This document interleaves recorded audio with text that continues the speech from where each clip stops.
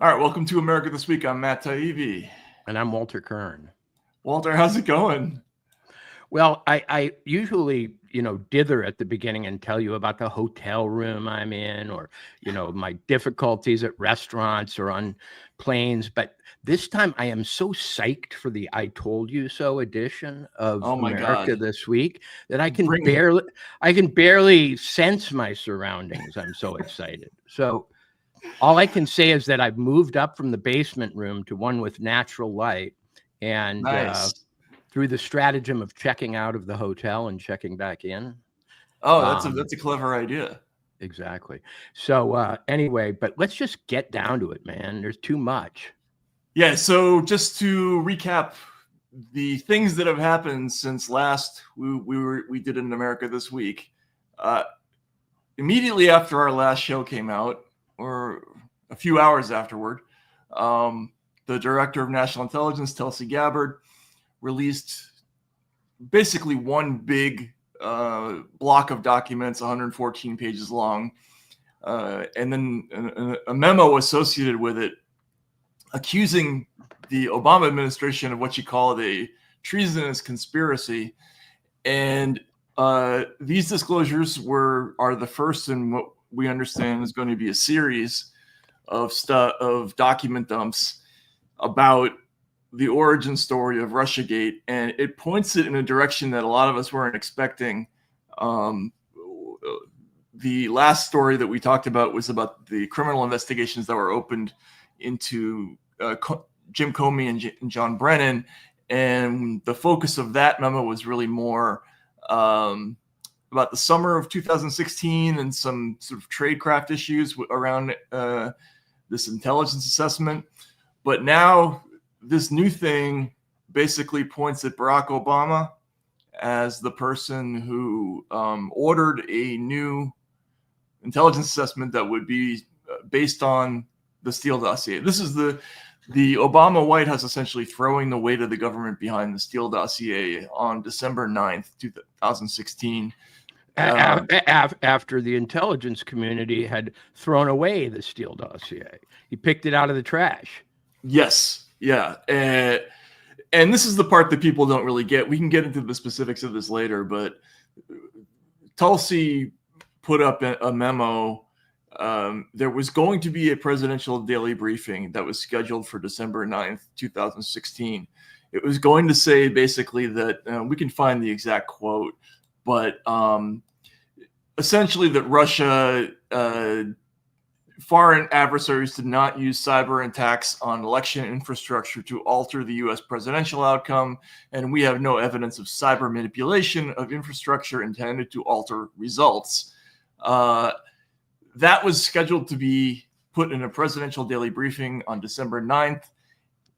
It didn't go through, and instead, a brand new investigation was ordered at the 11th hour of the end of Barack Obama's presidency.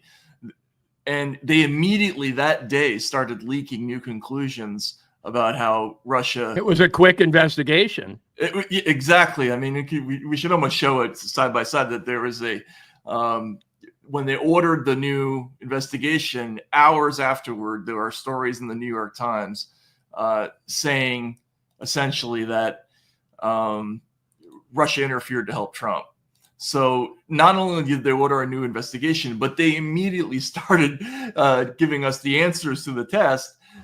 They immediately ordered it, and then they basically concluded it and started transferring to the press the conclusions that had been reached after a couple of hours, maybe at most.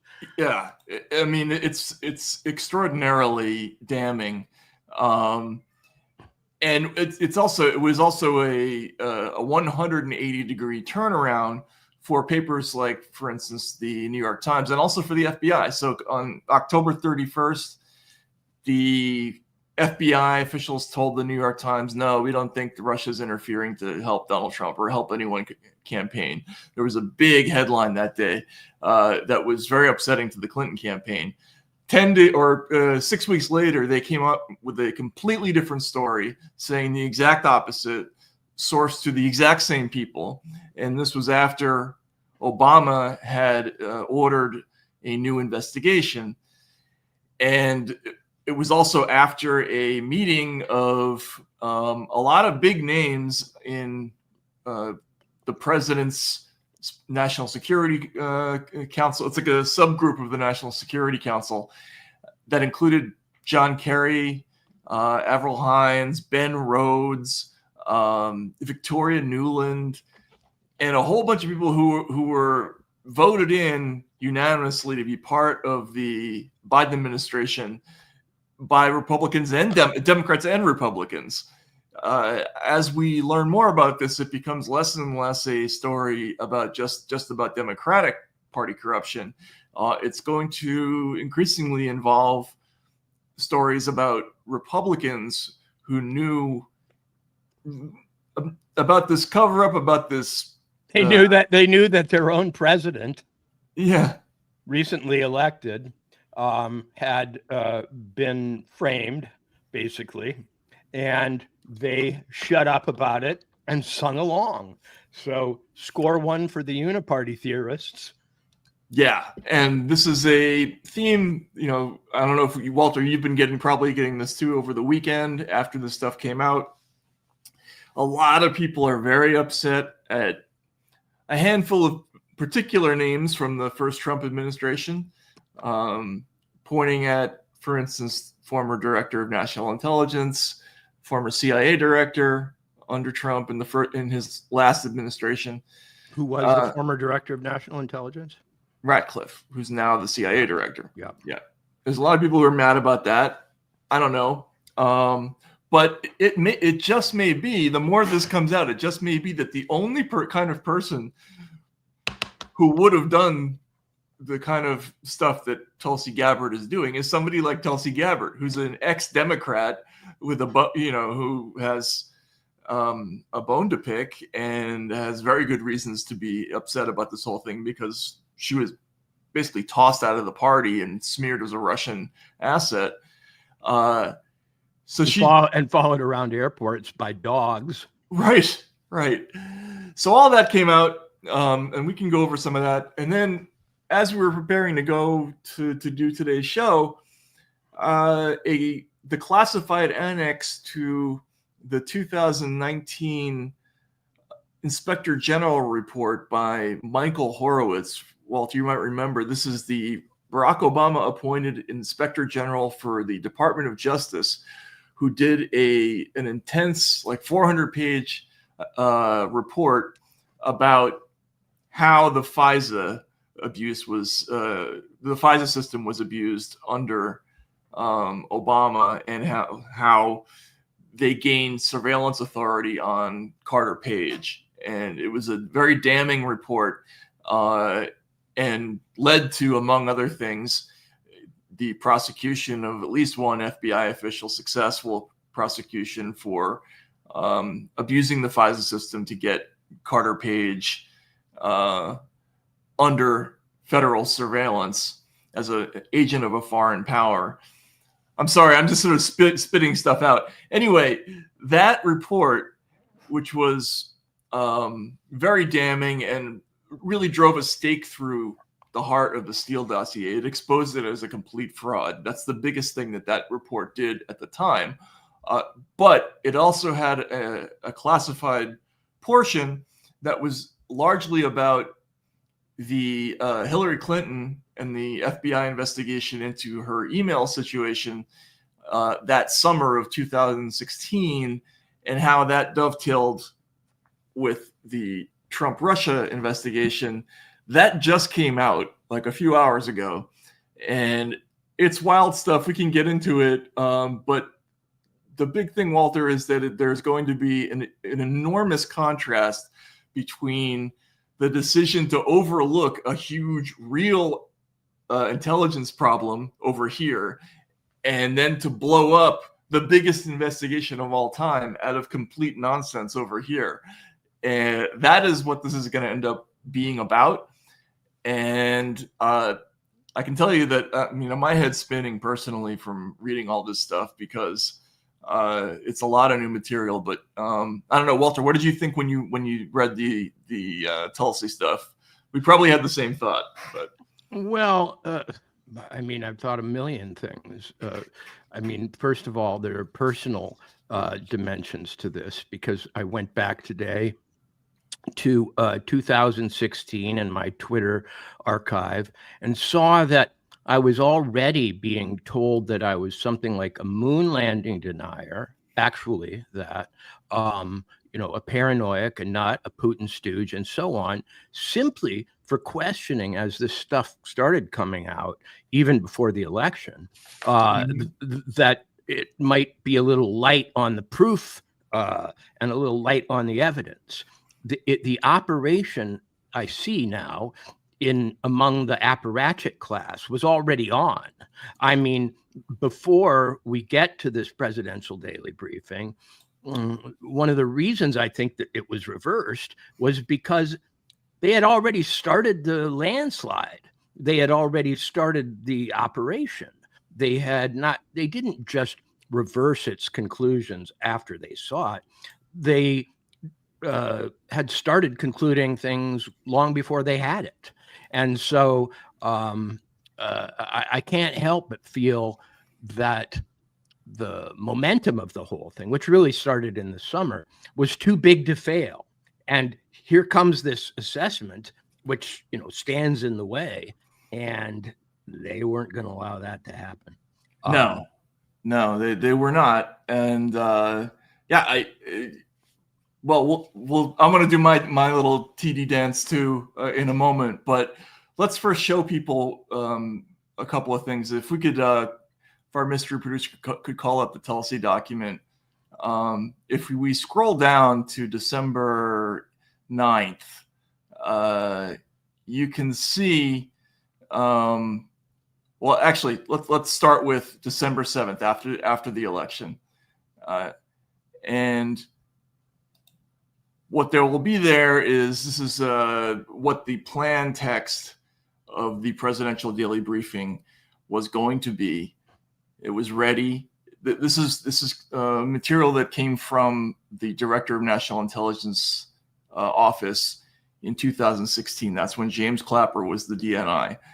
And this plan text, here's what it read. As I said, we assessed that foreign adversaries did not use cyber attacks on election infrastructure to alter the U.S. presidential election outcome this year. Then immediately after that, the FBI suddenly circulates. There's a memo. If we go down a little farther, here we go. If you can see in the middle, it says FBI will be drafting a dissent this afternoon. Please remove our seal and annotations of co-authorship. So the FBI, which had said pretty much exactly that, publicly and internally, up until that point, that we didn't really think that there was what interference there was. We certainly don't think that we don't have any evidence that it was done to help Donald Trump. Suddenly, they decide on this day, on December 8th or whatever it is, we're going to please take our name off this document. We're going to be doing a dissent. And then all of a sudden, you see below that, based on some new guidance, we're going to push back the publication of the PDB. It will not run tomorrow and is not likely to run until next week. It never did run. One of the reasons this was important, Walter, is because if they had circulated this PDB, Donald Trump would have seen it. Presidents-elect are allowed to interesting, get access to the PDB. And I actually contacted Michael Flynn over the weekend and asked, were you already reading the PDBs by this point? And he said, yeah, I was already going to a skiff, reading the PDBs. He was already being read in at this point. I asked, would you have seen this PDB if it had been run on the 9th? And he said, I would have read it. So the Trump administration would have had knowledge that the intelligence community did not feel particularly strongly about Russian interference at that time. Did he evince surprise at its existence? No, I mean he didn't evince surprise at its existence, but the one thing I did ask, I said, do you think that the fact that they knew you would have seen it was might have been a factor in not running it? He said very likely.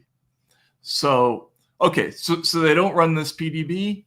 Right after that, there is a meeting on December 9th. If we can scroll down, and this is going to be the honor roll. This is your list of Agatha Christie suspects. And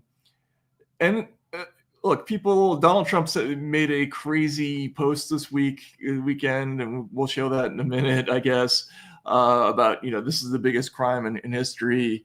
It was this meeting on December 9th, and you see all the names there: Andrew McCabe, General Joseph Dunford. There's a name from the NSA, Richard Leggett. There's John Kerry's on there, Susan Rice, Jed Johnson, Loretta Lynch, Mary McCord. All these folks knew about this switch. And then the people at this meeting were afterward officially tasked with coming up with a new intelligence assessment that was scheduled to run like in 3 weeks after this. So, and it was going to be based on the Steele dossier stuff. I mean, that's essentially what this is. They didn't really have anything, and then all of a sudden they decided to throw their weight behind the Steele stuff. So all the people on this list, and the reason this list is significant is because a whole lot of these folks ended up serving in the Biden administration and were approved not just by Democrats but by Republicans when they got into office. And it seems that most folks already knew about the situation internally on the Hill. So, Matt, let me. Mm-hmm. Let me inject. I'm sorry. Yeah. No. No, don't be sorry. I'm learning things, and you have the story, you have the TikTok. I can shed some sort of color on the whole thing in that it seems to have been common knowledge in Washington. It was not just people on the Hill. It was a lot of people involved in intelligence and affairs, and just, let's put it this way, the scene, the so-called no longer extant deep state, or never extant deep state. They knew. They all knew.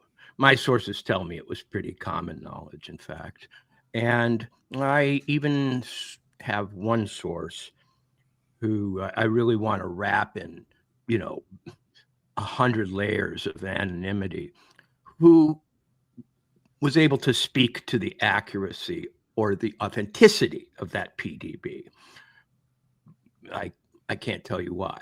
So any sense that this is not real reporting, or these weren't real documents, or that somehow this has been forged in retrospect, I think can be dispensed with now. I think we can safely take this document trail as as legitimate as anything can be at this point. So what the question that is implicit in everything you're saying is, what in the world was going on that, right. Because the level of and the breadth of knowledge of this suggests to me that the press also knew. Well, yes. And that's okay. Yeah. And that's a big part of this whole story. So, the press had all the major newspapers and all the biggest cable and networks and broadcast networks. They had all been shopped the Steele dossier and the Steele reports, but being at the time still relatively responsible press outlets, they couldn't run any of it because they couldn't confirm any of the shit. So it was out there, and there was this urgent effort to try to get it into the mainstream, and it only leaked through really in two major stories. There was a Yahoo piece in September 2016 by Michael Isikoff that identified Carter Page as a cutout to the Kremlin. And then there was David Korn's piece on October 31st that talked about Russia having blackmail material on Trump. But aside from that, the papers rejected it. And there was even, again, there was that big October 31st story by the New York Times.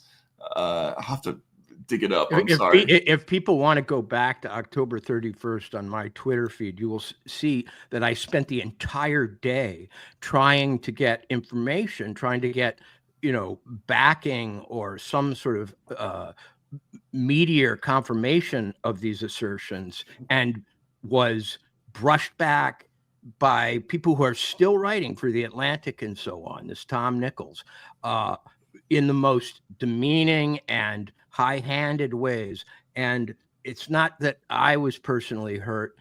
It's that when I reviewed this stuff, I went, oh my God, like, how could they have all been so sure at the same instant? And how had they decided to join ranks against any doubters? And, because at that point I was a little bit of a normie, to be honest, or at least more of one. And so what I wonder is sometimes is if there are more documents and more emails and that kind of thing to come from earlier in this whole thing that had been used to convince people, or in which they are conspiring to act convinced.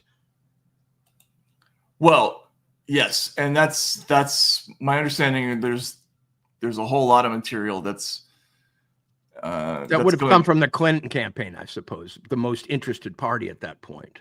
Yeah, and how do I put this? Well, the big question is, as you say, what happened in that moment, right? There was consensus, and then suddenly, right around that time, December 8th, December 9th, there's this explosion of stuff just starts coming out into the in print in the New York Times. Let me find one of those stories for a second, or if either one of the producers can put up. I didn't even put it up as a SOT here. The New York Times stories from after this meeting. But anyway, they immediately started running this story that Russia had leaked to help, or had hacked the DNC to help Trump specifically. That came out in the Washington Post first, and then right after that in the New York Times. And here's the part where I want to. And at what point does Obama throw out the Russian diplomats in order to give this all the? It was like contemporaneously with that. There was a discussion about it came out. It was basically right at the same time that happened. Now the assessment came out after that. By then, Obama had already evicted these people. But the key part is this period in the middle of that December, when suddenly this story went from being kind of a fringe thing that only appeared at the edges of American politics, and there was that one story that by David Corn. Suddenly, it was mainstream opinion that this had happened, that it was a massive, important attack. And do we have the Hillary Clinton's audio? Can we just grab it from my story today? Because she came out that week, like in December 16th or something like that, and said that Vladimir Putin had attacked our cyberstructure because he had a beef with me. And Walter, at that time, I was like one of maybe it was you, me. Here we go. Let's listen to Hillary on this. Here's what she said. But we're also learning more every day about the unprecedented Russian plot to swing this election. And this is something every American. I can't hear it very well. Sorry, yeah. She just said, we're learning every day about an unprecedented Russian plot to hack the election, she says. And what date is this? This is the 16th of December in 2016. And right after that, like the day after that, if you scroll down, you see there's a poll by The Economist and YouGov. The third bar there is, do you think the following statements are true or not true. Russia tampered with vote tallies to help Donald Trump.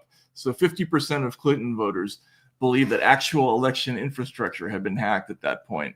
And so that even though nobody ever came out and said that, except Hillary herself, it was widely believed by Democrats that there had been Russia hacked the election. That was a phrase that was used constantly. Matt, I had sources inside the Javits Center at, the ill-fated Hillary celebration of victory, which turned into, a wake for her campaign the night of the election. I had sources in the VIP section or high VIP, ultra VIP sections of that party. They were being told that night.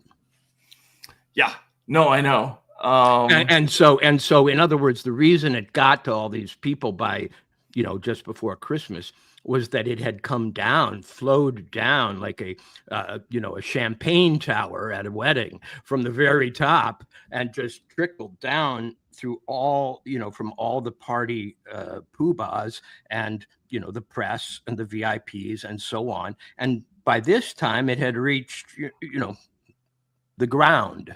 Right. Yeah. And that's the key thing to understand about this whole thing is that all this stuff about Russia hacking the election, the conspiracy, collusion, the contacts, the cutouts, hackers affecting the election, none of that had the imprimatur of the U.S. government until this moment in the middle of December in 2016. There was a moment suddenly they just decided to say, let's go, let's do it. And they leaked everywhere and they put the story everywhere. And suddenly everybody believed it. And I remember right away at the time, I wrote a story called Something About This Stinks. Something about this Russia story stinks. I put it in Rolling Stone. Can you put it up, Matt? Do we have it? I mean, come on, we need proof at this point. I think it's number, let's see, where is it? Number 7, if we got it. And this was sort of the beginning of the end for my career in regular journalism. It really was. I mean, I'm not... Same here, dude. Oh, that's the wrong one. Sorry. Should be a PDF of... Hang on a sec. No? Oh, no, it's number 6. I'm sorry. There we go. Something about this Russia story stinks. And I totally called it. I'm sorry to do a TU dance about this, but I compared it to the WMD thing. I said, look, could it have happened? Yes, but we've been burned repeatedly with this kind of story. We can't do it. We have to be really, really careful about these unverified intelligence type stories.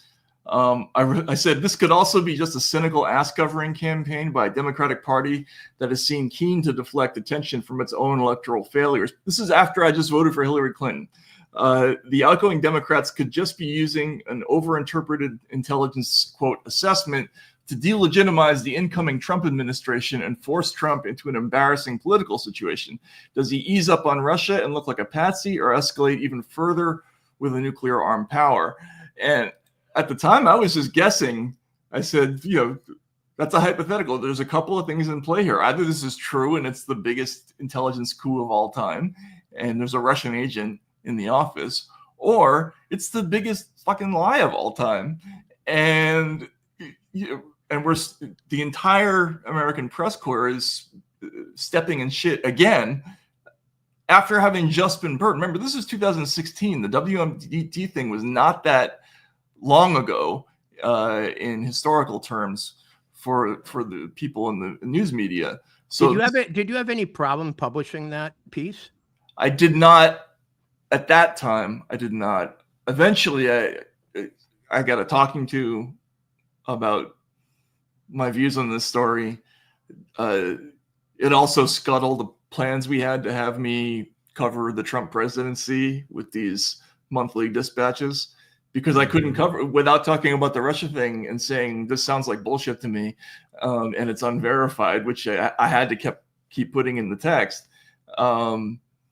We couldn't do it. So that happened. Now people are asking, like, so what? It's old news. It's not old news. This is the people who are pushing this. The person who was the victim target of this is the president of the United States right now. How old can it be? The people who pushed this are still at the very top of the Democratic Party, and people like Lisa Monaco and so on, working for Microsoft. They say, I saw today, for maybe $10 million a year. These are the pinnacle players in the American political establishment, and they are still active. We're not talking about the damn Eisenhower administration. We're not talking about the RFK or JFK assassinations. We're not talking about WMDs. We're talking about the people who are currently battling it out, who have the best contacts in the press. We're talking about the press that still is telling us how to interpret this news. I mean, the same people who were, to put it generously, punked, and to put it realistically, complicit, are still in charge of our networks, our cable news, our newspapers. They have Pulitzer Prizes sitting on their shelves behind them in their offices. They give Pulitzer Prizes to one another. This is the American establishment right now in its first match, and that match took place in 2016, but there's every reason to believe it has never ended.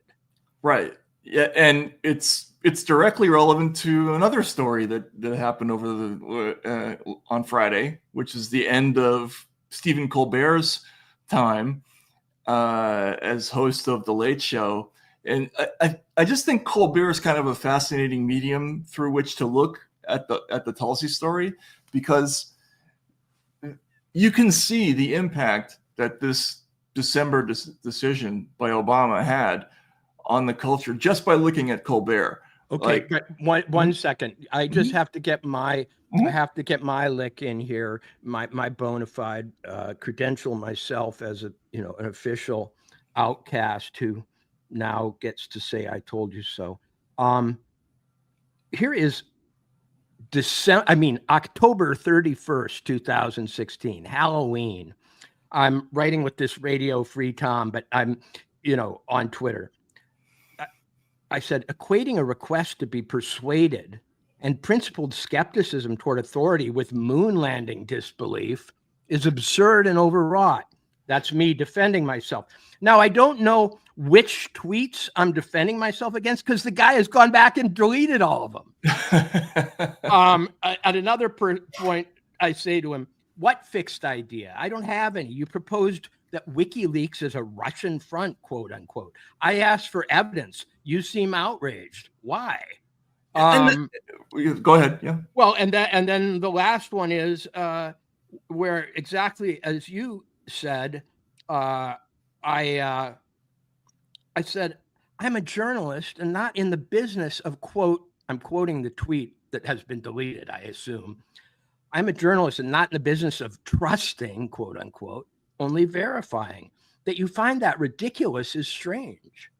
In other words, this was the very moment of starting to be gaslit. And what was I to do, Matt? Because here's the problem.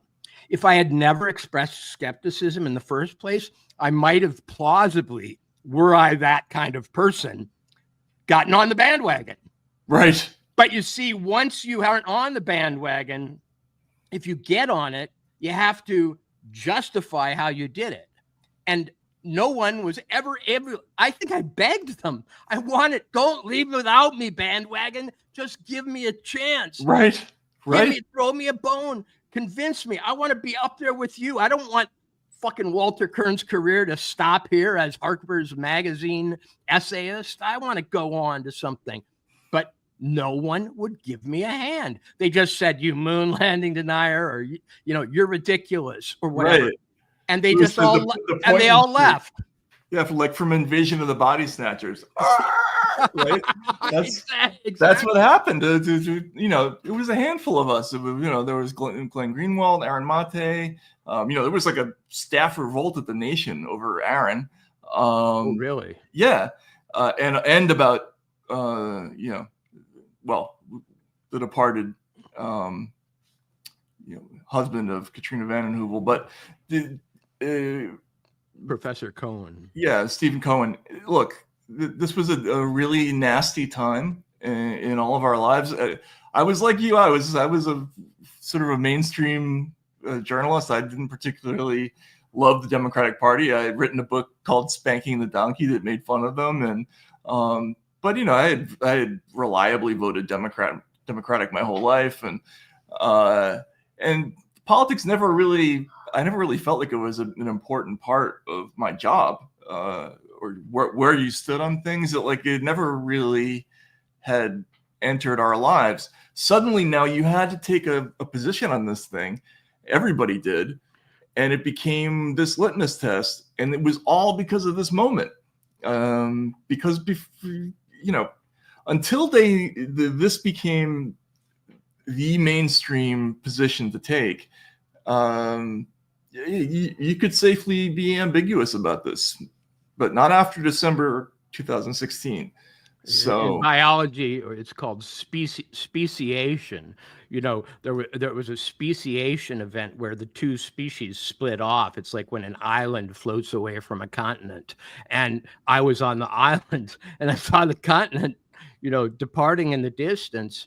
And as I say, the problem was to have even evinced skepticism early on meant that you would have to show a paper trail about how you got convinced. And I went not just on Twitter, but privately all over the place saying, come on, convince me, show me some evidence, just give me some gossip that I find convincing, give me a way back. And nobody could. And that's why I know that they couldn't do it for the other journalists either. It's just that they hadn't showed their hand early enough and said, wait, I wonder, he doesn't seem to have any clothes on. See, I couldn't go back to saying he had clothes on unless somebody could, give me a narrative that would connect those two. And it's like Dr. Evil, throw me a bone. Exactly. That's what I felt like at the time. So I kept saying, what is convincing all you other guys to write these stories and to be so convinced such that you are even throwing out fellow journalists? You must have something that I don't. Please show it to me. And they couldn't. They didn't have it. They didn't have it. It's funny. Somebody made this comparison on my site today, that it was like the collateralized debt obligations in the mortgage process, where it was like a taco shell wrapped with inside a taco shell, and in the middle, you're led to believe there's something in there that's valuable. But when you get to the middle of the mortgage package, there's nothing in there. It's like it's a worthless loan that's about to blow up.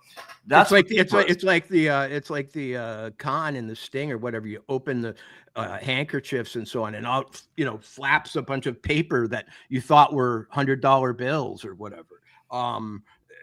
Yes, the secrecy and the sense that we were involved in deep intrigue was used to keep people from asking questions, and it still is. It's going to continue to be, I predict, because I think the obvious defense for the Obama people and the people in that room is, oh, but we had other things we weren't telling you about and that we can't tell you about. We had other sources than the American CIA and, the director of national intelligence and so on.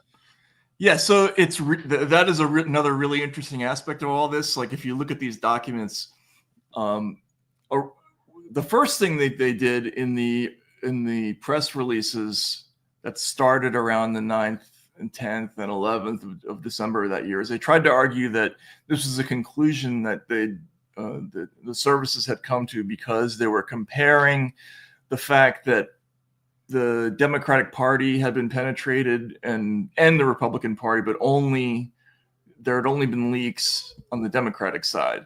But there had been no real statements to that effect internally beforehand. And then later they kind of dropped that as the justification and came out and said it was based on when this finally blew up in public. They pointed directly at the Steele documents, because that's what was driving this whole thing. That was what was in the ether. It was coming. There was pressure coming from the Senate, where John McCain and Harry Reid both had seen this stuff and were very angry about it. So that's what's at the middle of the sandwich, and it became gospel for years. And I think it's important to talk about how crazy the mania became during this time, and this is where I think it's good to look at the Colbert stuff. Oh yeah, okay. Well, let's get I've been saving that like dessert, Matt. I'm almost nervous about getting to it because I'm going to love this part so much. I mean, it's this stuff is so amazing. We're going to have to go kind of backwards because we'll talk at the end about what happened last week, but let's start with Colbert talking. Here's a skit he did, sort of comparing cops to the Robert Mueller investigation. And what is the date of this? This is, it had to be 2018. Let me look. But let's just listen to it. It's SOT 6, I think. It's what you gonna do when Mueller comes for you. And this was around the time. Contains footage that may be upsetting to Donald Trump. Presidential discretion is advised.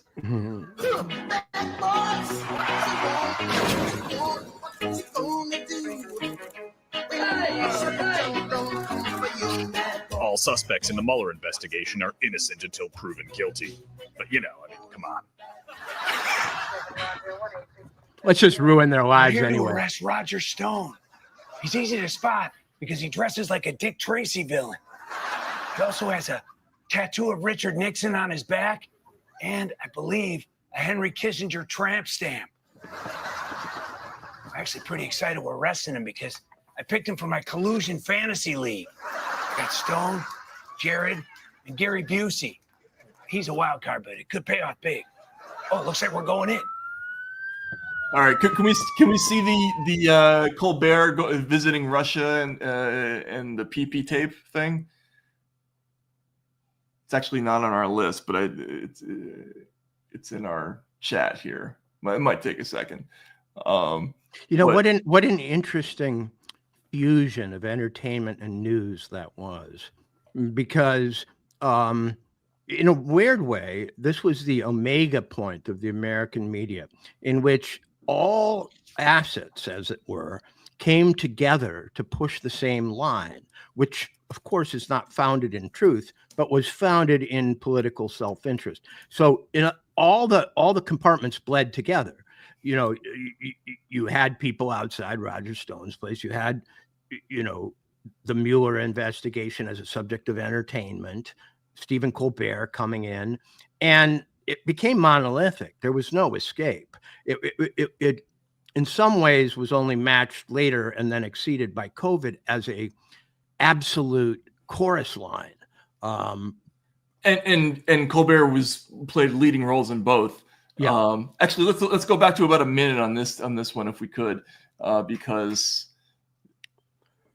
his intro to this is fantastic. Well, it's fantastically horrible. A document was leaked containing allegations that Trump has deep financial ties to Russia, that his campaign was being supported by the Russian government, and that the Russians had compromising videos of Donald Trump watching prostitutes urinate on a bed in the Moscow Ritz-Carlton presidential suite. It was a bombshell. And when former FBI Director James Comey informed the president about it, Trump was not happy. He told the New York Times, when he brought it to me, I said, "This is really made up junk. I just thought about, man, this is such a phony deal." And remember, as the founder of Trump University, he is an expert on phony deals. Trump claimed. All right. So let's go ahead. So he goes to Russia. Go ahead. Yeah, it bounces off Trump and sticks to you, Stephen. You fucking liar. I'm sorry. That makes me so angry, because it was that kind of certainty that everything was so well known, it could be processed right into comedy. In other words, when you make comedy at that level out of something, you are suggesting to the audience that it's no longer controversial, the underlying material. You know, Right. it's like World War II or Pearl Harbor or the moon landing at this point. It's just something that we all have in common as conventional wisdom. And fuck you for that, because the truth is that there were still people like me, like you, who are disputing the underlying set of facts, assumptions, and so on. But you're treating them already, Stephen Colbert, as though they are, you know, Catholic orthodoxy. And I really don't appreciate the effect it had on my life, to be, you know, perfectly honest.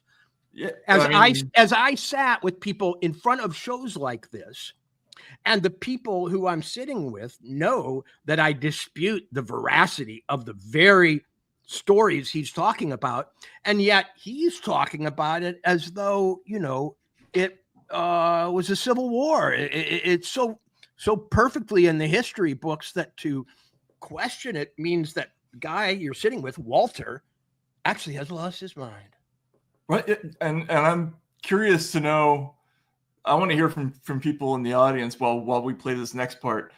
How many people went through the same thing that Walter, you and I did, that lost friends, had professional problems, maybe even family issues, were disconnected from people? Maybe even. Okay. Maybe even. I want to hear from people who have stories like that. While we watch what Colbert did, and by the way, we have to mention, I think we were both guests on Colbert, right? Were you on as well? I was on twice, and it's a funny story, but yeah, but we'll get to it afterwards. Yeah, me too. So okay, let's watch this part. He goes to Russia. He loves the story so much. He loves the peace story so much. He makes an entire show out of this journey to this hotel that's across the street from Red Square. So let's see what he says. There's only one room you want to see in this suite. Hello.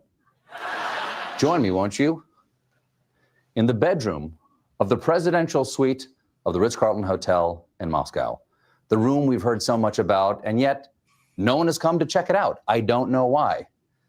When you're in this room, I don't know how to describe it. It's soaked in history. It just washes over you. I mean, it's not even like it's in the past. You're in history. Oh my God. You're in it. You're in it. I'm saying the PP. You're out of a job. Supposedly took place on that bed, is what I'm saying. The dossier alleges that President Trump was somewhere in this room. We don't know where he sat. Could have been on this bench down here. Though I doubt it, because that's in what's called the splash zone. You're going to want to wear a poncho. Could have been on the couch over there. But what would that look like? Join us when my investigative journalism continues. Beep, beep, tape. Beep, beep, tape. You know when you've imagined something for so long, and then when you finally see it, it just doesn't match what you pictured in your head? That's not this feeling at all. No, this is right on the money. Holy cow. That's the Kremlin. They don't need to install cameras in here. They could just give Putin some binoculars. With my initial survey complete, Andre rejoined the investigation because Okay. I have to stop. I have to pause. Just when you think I'm going to be funny, I get serious. Let's do an anatomy of a psychological operation, because that was one. What we now know is that Stephen Colbert was losing massive amounts of money for his network, at least recently. We don't know if he was back then. I mean, probably not back then. Yep. But CBS decided to go to massive expense to mount a foreign trip for Cruz and Colbert, etc., I'm sure at first-class rates, so that they could stay in that hotel room and give physical credence, real-world credence, to a made-up story. A story that at that point, Stephen Colbert had no reason to believe was true, and probably much reason to believe it wasn't. Because if Walter Kern has better sources than Stephen Colbert in 2018, then Stephen's not doing his job. So in other words, they mounted a movie. because only from within that set could they look out at the Kremlin and start to induce the kind of hypnotic, dreamlike belief in you that you knew the P-tape to be true. You've been in the room. You've seen the Kremlin out the window. You've seen Stephen Colbert in the role of the mock Donald Trump. You've seen the bed. That was $1 million fucking operation right there. That particular set. And why did they go to that trouble? And what would cause them to go out on a limb knowing that in the future it might just be debunked?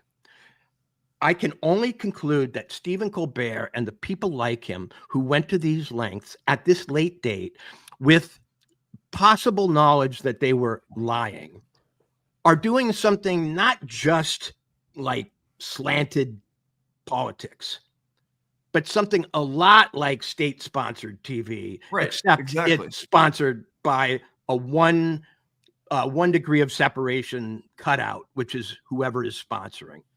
It doesn't make any sense any other way. It just doesn't. No, it doesn't, unless and what was the job of late night comedy? We've had this discussion before. It's the best job in the entire world, or it used to be. All you have to do, if you're good at this kind of thing, and he is good. I mean, when he was on Comedy Central, I thought that show was you mean when we were on it? Back when we were on it. Back when we were on it. Yeah, exactly. He was quick, but it was also, it went after both sides, right?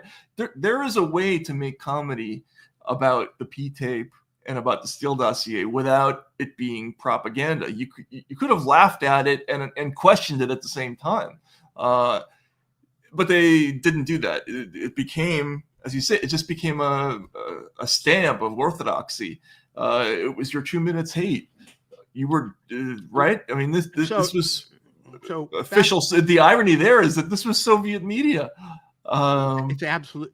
I would prefer state-sponsored media in some ways, because at least it's got that dullness, that drabness, that sort of how can I put it, awkwardness that comes from any state-sponsored thing. Here we have the worst of both worlds. We have a kind of market-based product that's a little fancier, the music's better, the shots are more expensive. And it's confusing because it's really the same thing, but it's done with all the jazz of the private sector and all the jizz of the state-sponsored sort. Right. It would have been much better if this big thing had a big state seal on it, like they do in Russia, like ORT or something like that, right? It would have been better if Jim Lehrer had gone in there, Right? Yeah. Allegedly on this bed. I'm trying to imagine Jim Lehrer jumping up and down on a bed. But hey, I'm going to tell you something. You and I both know that as journalists that there are sexual rumors about every candidate above a certain line, right? All of them. Every single one. Everyone, yeah. And so there were rumors about Barack Obama, scurrilous rumors. Can you imagine a television show taking one of those rumors and dramatizing it in the alleged, alley in Chicago or wherever it might be, the Motel 6 in Tulsa, that it happened, and then looking out the window and saying, and right across the street, of course, is, the NAACP or whatever they also wanted to drag in there for editorial reasons. Dude, we could have gone to war over this damn thing. I know. And for what? I mean, and this is the question we still don't have a great answer to, and this is why it's important to note everything everybody has told me has led me to believe that there is more stuff coming out at any minute that will explain what happened on those days in 7th, 8th, 9th of December. Why did they do this? Like, who thought this was going to work? I guess it almost did work, right? The Mueller thing happened. It almost led to impeachment. It could have. Well, William Barr came in and sort of was a circuit breaker. Remember, a little bit of one. A little bit, but Mueller had already come to the decision not to indict on this stuff before. So, do you remember how, though Mueller's name was all over the place, and though Mueller time was something that was celebrated, I was in a writer's room in Hollywood at the time of this investigation. Okay, you can imagine how lonely that was for a Russiagate denier. Okay. In this writer room, everybody has their laptop open because they're supposedly working on the series. Okay. But really, because I'm sitting next to them, I see that they're watching CNN with the sound off, waiting for Mueller time, which was going to be that moment when the foam just ran out of the glass and everybody could just like have an Oktoberfest of fucking Schadenfreude against Trump and, celebrate. It was the Millerite prediction. Exactly. So anyway, what I'm saying is for all that, how much of Mueller did you ever see? Oh, not much. And we learned why shortly afterward. Because he was Biden 1. Yeah, he was a vegetable. That's where they got the Biden idea. Mueller. I swear I think it. My late father, who I can say anything about because all I have to fear is that I'll, come down with thunderbolt you to death. Turbo cancer tomorrow, is that he used to go fishing with the guy. Mueller was a fisherman, fly fishing aficionado in tropical zones down, where they fish for bonefish and things like that, snook and so on in the Bahamas and everything. And my dad looked at me and he said, "This guy isn't running anything." That's amazing. I mean, but it never got out, right? They ran those features about his hair and everything being like the Robert Mueller's hair represents integrity. Those were real news features back then. It was wild. It was like complete insanity. And it was upheld by everybody. But let's get back to Colbert for a second. Can we just see SOT 4? This is it's like a montage of Colbert clips. Like sort of what happened to comedy, what happened to the conventional wisdom during this time period. It was really strange. And I don't know if you've noticed, but Donald Trump is a fascist. For years now, people have been telling you cowards that if you let the president lie about our democracy over and over and then join him in that lie and say he's right when you know for a fact that he is not, there will be a terrible price to pay. But you just never thought you'd have to pay it too. Why? You are fucking Tokyo Rose, dude. I know. History, the Republican Party won that race and got the first fascist dictator who could possibly take office. I'm just curious if you've done any self-examination of your party's leadership over the last 20 years as to why he is not an aberration, but rather an avatar. What I mean by, say, undermining the media is undercutting, sort of like roughing up the referee was a project of the right for the last 20 years. Or undermining public institutions. I know you guys are objective over there, that you just report the news as it is. Oh, I know. CNN makes a. I know. Is that supposed to be a laugh line? I wasn't supposed to be, but that's called the writing on the wall.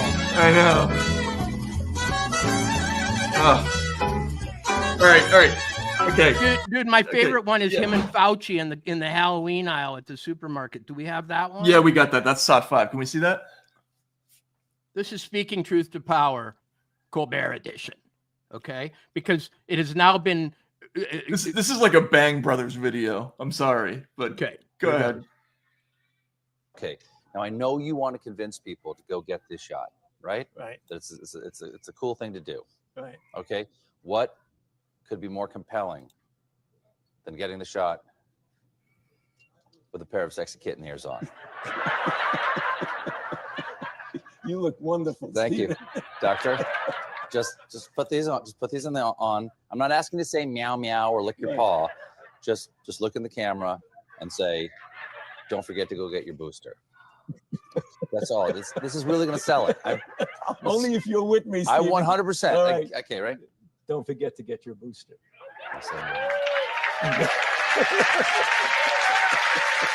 We can boost the power. Okay. Wait, once again, again, go ahead. Once again, sorry, PSYOP alert. At this point in human history, when that aired, though they're making a joke out of kitten ears, the furry and certain forms of sexuality had actually seriously been elevated to legitimacy.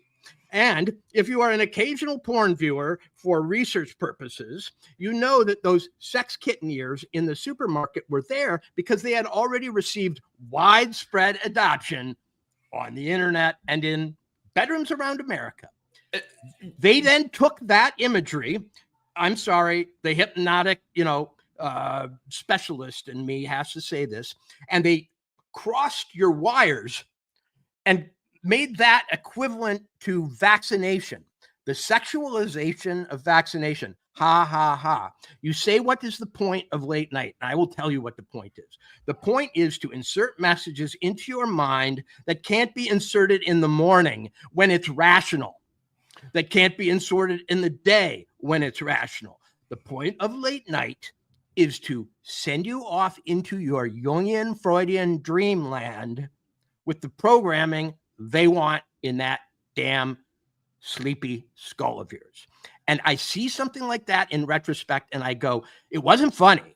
So what was it doing? What it was doing was taking a sexualized image, crossing it with a vaccine. If Stephen wasn't even content with Fauci's level of enthusiasm. He said, I know you want people to get this shot. And then he said, and it's a really cool thing to do. As though Fauci can't be a brilliant enough. Steve's got to add it on. And then they put on the kitten ears for all the simps out there to go, sorry. Oh my God, no. At that point, absolutely right. It's so funny how our minds both went into the same place. So that was porn scene. Couldn't you hear Gilbert Gottfried telling the Death or Ugu joke and just saying, and they were fucking and sucking and totally, they were just caked with cum. Like that's what the whole thing was. I mean, that was a completely disgusting. The porn subtext of that scene was off the charts, right? And they call it the vaccinocrats. Right. Thank you. Right. It's exactly what it was. And and the irony of him talking about, the 20-year project to undermine the press and everything. Like, what the fuck what do you think you're doing?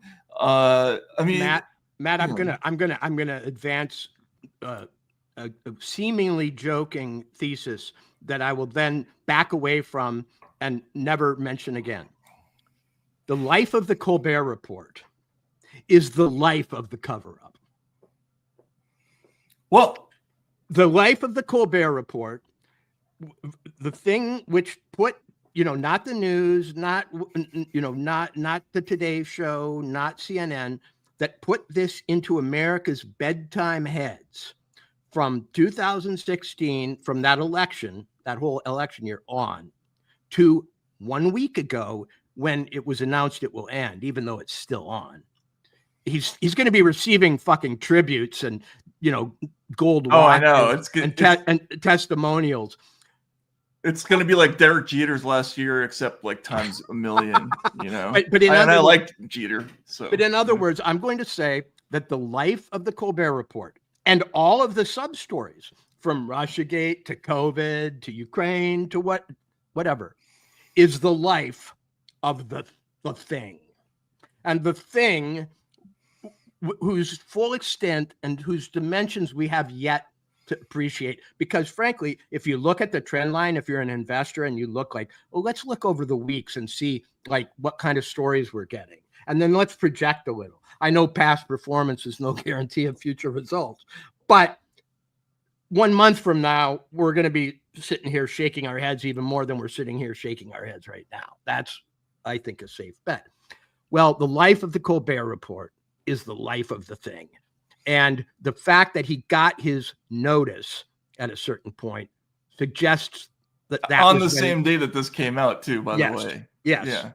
I don't think it's a coincidence. I think you're right.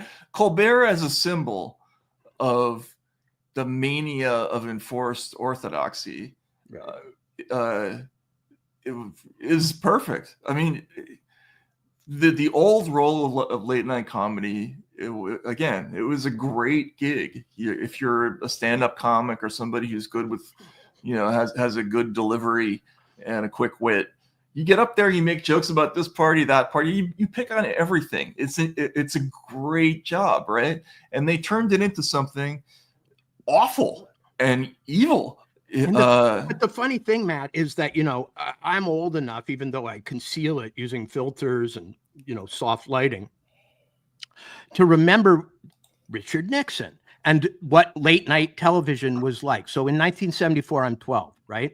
Just at the time where you start being able to convince your parents to watch Johnny Carson or whatever for just a half hour, just the monologue I used to say. Well, I remember what Laugh-In and Johnny Carson and so on were like during the Nixon scandals in the Vietnam War.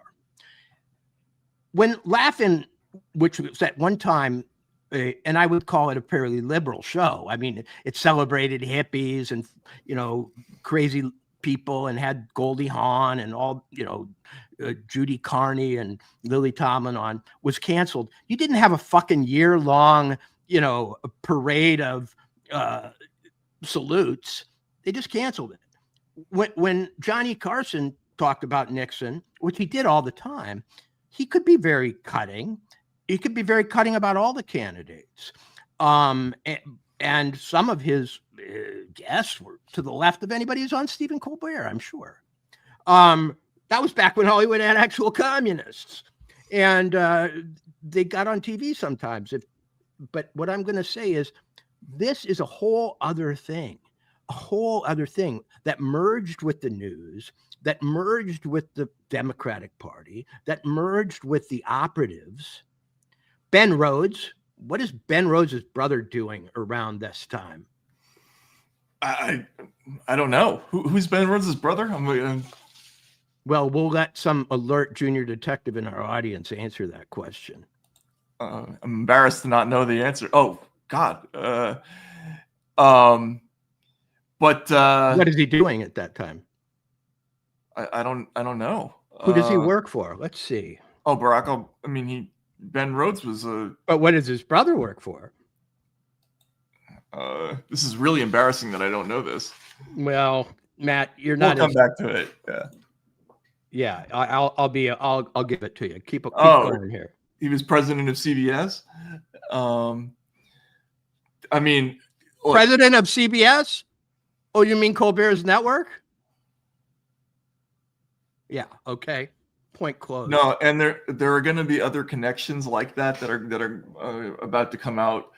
Well, obviously you already knew that, but the people who are on that list that we showed at that December 9th meeting, there are some awfully bizarre coincidences, like people who partnered with Christopher Steele to help write some of those reports, being former employees of some of those names, having worked and having worked on the Hill with certain people. That's all going to come out. And again, this is both Democrats and Republicans. It's going to be both of them. But this thing with Colbert. So last week, he began the week with a monologue talking about how Paramount's settlement with Trump was a bribe. Can we see that? I think that's number 9. Okay, just to interrupt, just a fact check of myself for the audience in case they think I went over the cliff. David Rhodes, brother of Ben Rhodes, he served as president of CBS News from 2011 until 2019. Jeez. He was the youngest network news president in the history of American television. And that is the Tiffany Network. That would be the place of Edward R. Murrow and the employer of the man we're looking at right now. This is wild, right? I mean, it's one big club, said George Carlin, and you ain't in it. But, did you ever talk about that on the air? I mean, how is that not like a Surgeon General's warning on the corner of the screen every time you do a show? Because who would warn you? David Rhodes? Yeah. I mean, who? It's the Tiffany network watches the Tiffany, is policing the Tiffany network. That's where we got finally, all the most highest integrity people in news were the ones we had to depend on to tell on themselves, and they weren't doing it. Unbelievable. My friend of 52 years dumped me over this. Dude, you are... People talking about the things that happened to them in the comment section is like horrifying. Yep. People lost girlfriends, their families broke up over this, and it was a real thing, and it happened to people all across the country. And this was before COVID. This was before they started COVID. in on the vaccine stuff to further separate you from your Thanksgiving table circle of family and friends. Here's another one. We hang on a sec. Let's see. Wait, my best friend BFF dumped me too. There are more of them. Duke City, me too. 55 years. I mean, it's this. We should start a dating service for people who got dumped by all their other friends, family, and romantic partners, and now we can just form a cluster. I mean, they kind of already did form, but yeah, no, absolutely. Taibbi Island. Taibbi Island. Yeah. It's like, oh God, I don't even want to think about the connotations of that. Let's listen to this. Let's listen to Colbert talking about the bribe. My parent corporation, Paramount, paid Donald Trump a $16 million settlement over his 60 Minutes lawsuit. As someone who has always been a proud employee of this network, I'm offended. And I don't know if anything will ever repair my trust in this company. But just taking a stab at it, I'd say $16 million would help. This settlement. This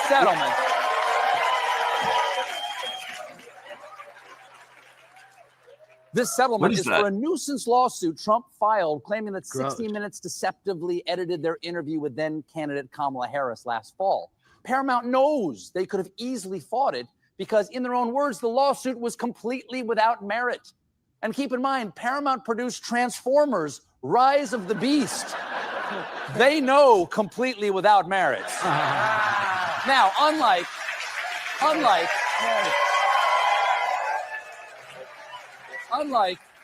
Ernie Kovacs from ABC and Twitter, Paramount settlement did not include an apology. Instead, that's good. Instead, the corporation released a statement where they said, "You may take our money, but you will never take our dignity. You may, however, purchase our dignity for the low, low price of $16 million. We need the cash." Now, I believe if Stephen was so concerned about the finances of Paramount, then he should have been really broken up over the fact he was losing them $40 million a year just on his show.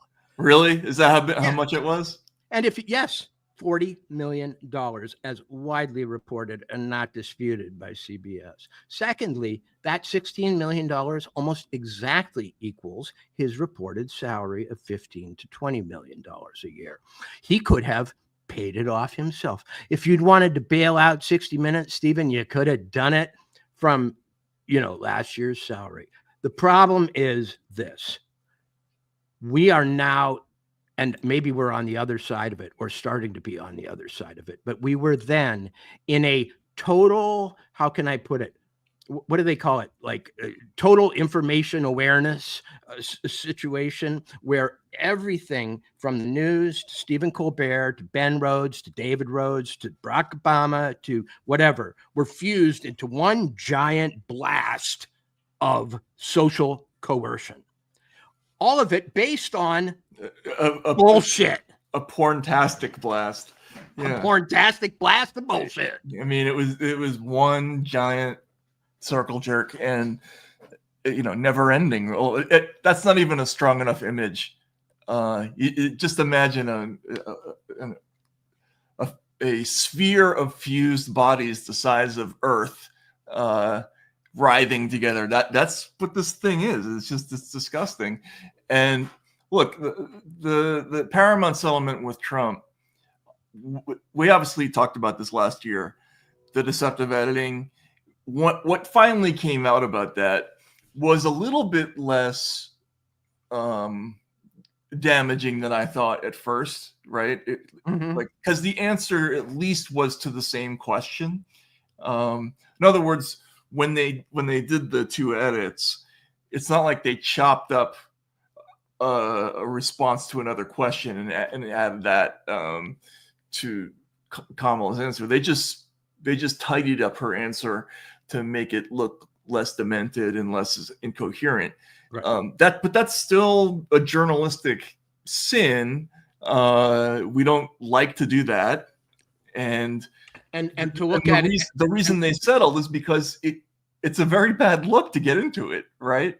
And they're also changing ownership, aren't they?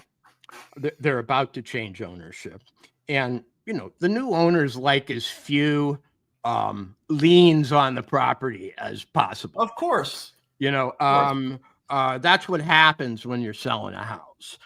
You got to pay off all the contractors who, say you still owe them money, or the people who have claims against you.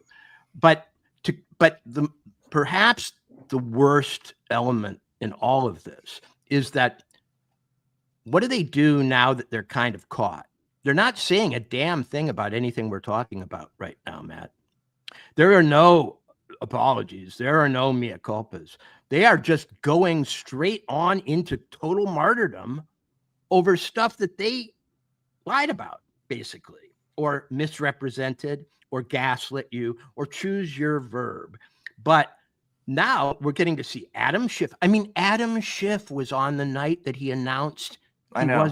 The Adam Schiff, the one we all want to see when we tuck in with our mate in bed, with a drink or whatever we tuck in with, and you turn on the TV for a little late night, and there's Adam frickin' Schiff. Yeah, that would give me some performance problems for sure. I saw that face.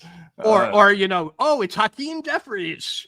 Hakeem Jeffries, who did a Truth to Power tweet. Can we see that? I think that's number 10. Do we have that? Maybe not. Okay. But the joke we often make, what's the Lenny Bruce thing about how, if somebody comes in and sees you in bed with another woman, you just deny it if your wife comes in? Right. Deny it. That's the Lenny Bruce joke. But they're not on, they've taken it to a new level. We're catching them in bed, and they're not just denying it. They're telling us that we need to go to church because we're not as holy as them. Right. I'm sorry, I meant 9. I think it's 9 is Jeffries. But no, absolutely. They're quoting the damn Bible at us from bed with a hooker. I know, it's unbelievable, and that's before we even get to some of these other questions. Like when we see here it is. Yeah. Let's play this. Here we go. You famously have quoted Biggie Smalls. Do you have any quick quote for us before we go? Stay far from timid. Only make moves if your heart is in it, and live the phrase, the sky's the limit. You famously have. Okay. So, dude, can you imagine? It's one thing to get a blowjob. It's another thing to get a blowjob on TV. I mean, the level of well, it's another thing to give blowjobs on TV. Well, Hakeem, that's up to Hakeem. Yeah. But whether to receive one gloriously, and in full frontal splendor is up to Stephen Colbert. Dude, everybody tells me, yes, he's a man of faith. He sends mass all the time.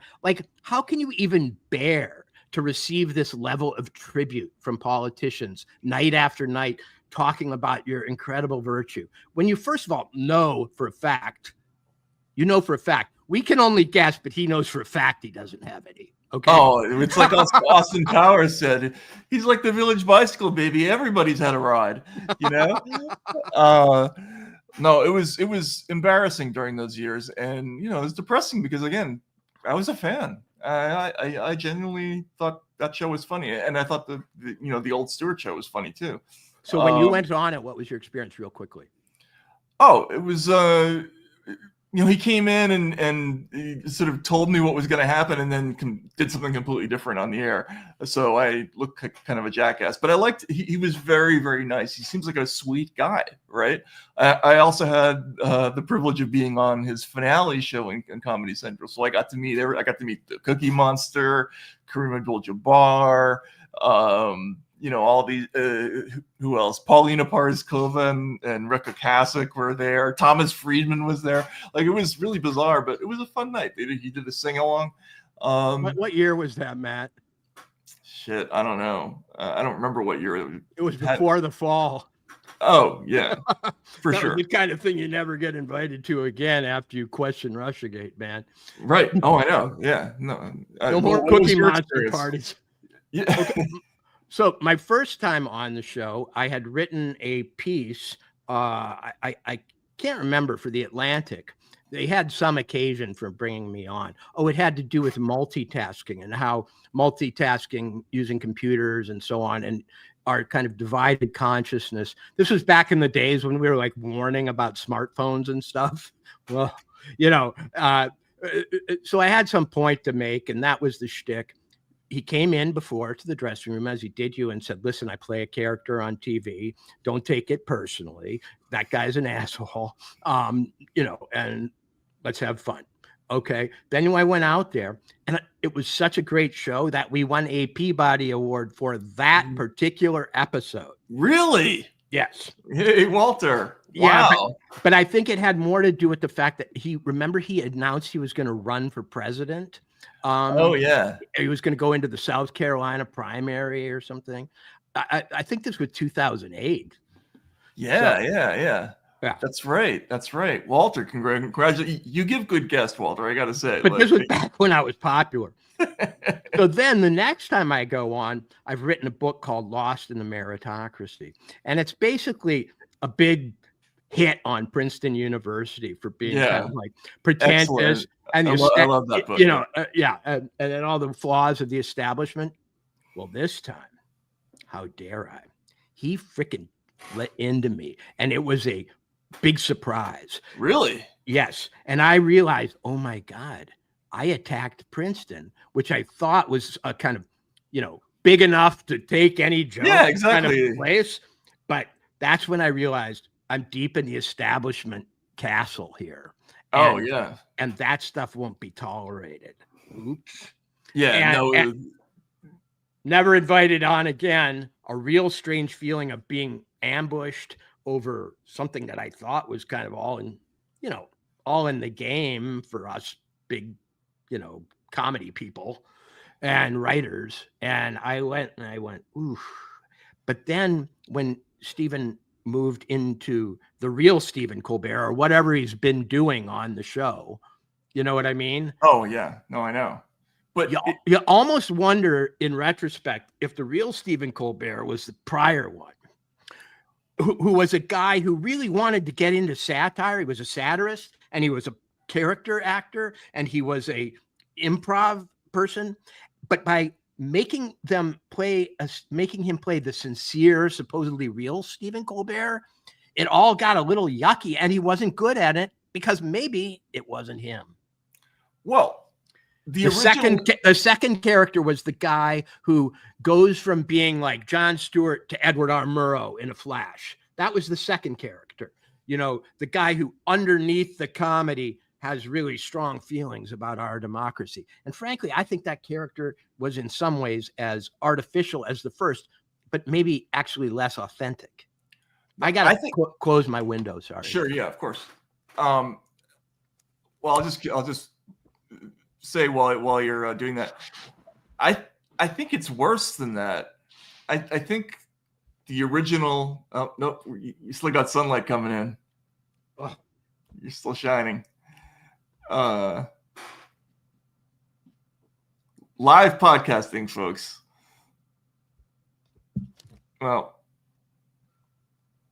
It is what it is. People are going to have to deal. It's all right. It's God's light shining down on me, man. Yeah, this is like it's fine. It's beatific. Okay. No, I think it's worse. I think the second Colbert was the satiric inverse of the first. So he played in the first iteration, he played like a Tokyo Rose character, right? Like a fused with Bill O'Reilly, right? It was supposed to be a spoof of Bill O'Reilly, basically.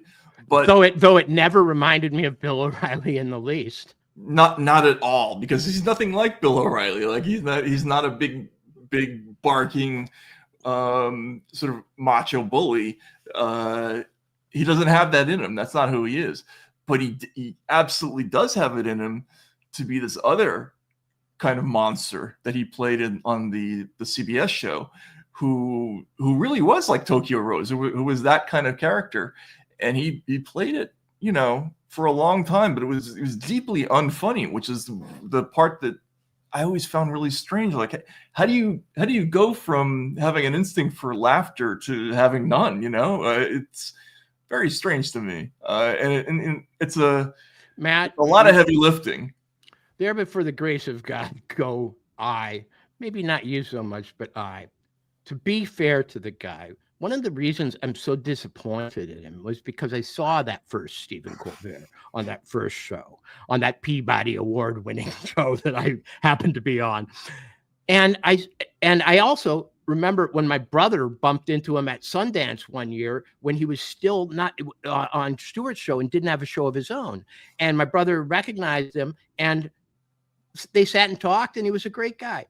Then I saw him turn into this like apparatus, this instrument, this person who obviously was there to carry water for the state for a while, and then the alternate state, the opposition, as it were, when Trump was in. And then during COVID, it just went over the top. I mean, my God, to be working for Pfizer and yet also in some way pushing their product into people's actual bodies. I mean, using comedy. I couldn't imagine a worse career arc. So I feel bad for him.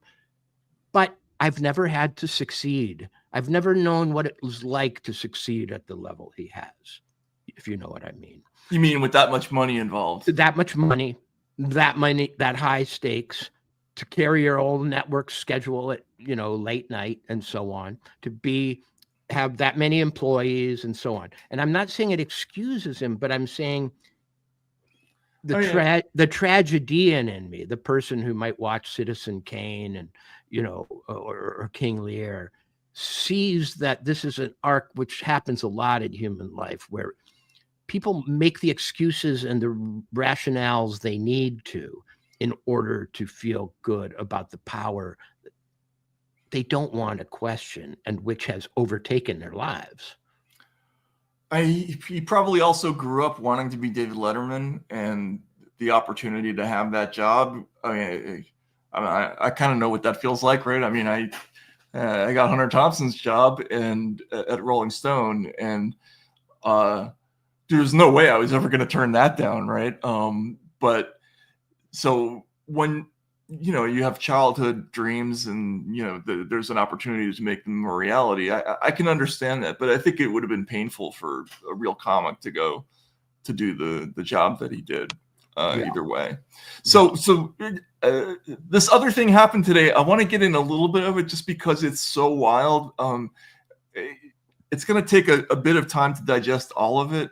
But this other thing about the Hillary Clinton classified annex that just got released. Remember, this is from basically a Democratic Party official. This is Michael Horowitz, who was the Department of Justice Inspector General. So he wrote this report, issued it in 2019. The functional equivalent of this report was to blow up the Steele dossier and talk about some corruption in the FBI in the summer of 2016. But there is also a section in there about what was called the mid-year exam investigation. Now, there's a whole thing about why they called it mid-year exam. And what was it? Well, it's implied, and it was a test to see whether they could go on to the finals, which was the Clinton administration that they were expecting. And well, not only that, but that they had to be finished by mid-year. Oh, because they wanted there was an extreme emphasis on getting this wrapped up by the Democratic Party convention in 2016.